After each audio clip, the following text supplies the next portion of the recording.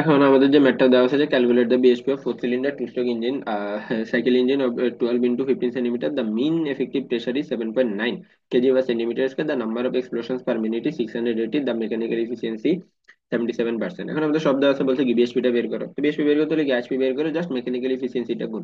তো আমাদের যদি বলছিলাম যে যদি এরকম ইঞ্জিন সাইকেলটা কি 12 সেন্টিমিটার 15 সেন্টিমিটার থাকে, তাহলে প্রথম যে ভ্যালুটা সেটা হবে আমার কি ডি এর ভ্যালু, আর দ্বিতীয় যে ভ্যালুটা সেটা হবে কি এল এর ভ্যালু।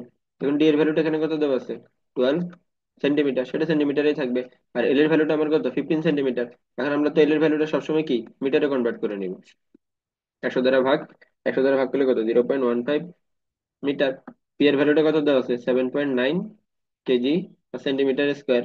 এখন আমার এখানে এন এর যে ভ্যালুটা দেওয়া আছে কি number of explosions per minute এই 680। এখন এখানে তো 5 সিলিন্ডার কোনো শব্দ বলা নাই যে আমরা ইঞ্জিন সিলিন্ডার সংখ্যা দ্বারা গুণ করব, যেহেতু নাম্বার অফ এক্সপ্লোশনস পার মিনিটই বলে দিয়েছে, তাহলে এটা কি এই ভ্যালুটা হচ্ছে আমার এন এর ভ্যালু 680 পার মিনিট। আমার যে মেকানিক্যাল ইফিসিয়েন্সি এটা কত 77%। তাহলে আমরা এখন কি বের করব, আইএসপিটা বের করব। আইএসপি বের করার সূত্র হচ্ছে পিএল এন ডিভাইডেড বাই 76 × 60। তো পি এর ভ্যালুটা কত দেওয়া আছে 7.9, এল এর ভ্যালুটা আমরা পাইছি 0.15, এ হচ্ছে π × d/2 হোল স্কোয়ার, ডি আছে কত 12 divided by 2 whole square into N এর ভ্যালু হচ্ছে 680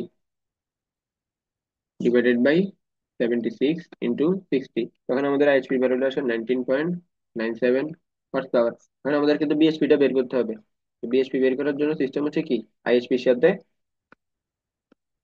মেকানিক্যাল ইফিসিয়েন্সিটা গুণ। তো আমার মেকানিক্যাল ইফিসিয়েন্সি আছে 77%, তো পার্সেন্ট ওঠানোর জন্য 100 দ্বারা ভাগ, তখন 15.38 হর্স পাওয়ার। এটা হচ্ছে আমার কি বিএইচপির ভ্যালু।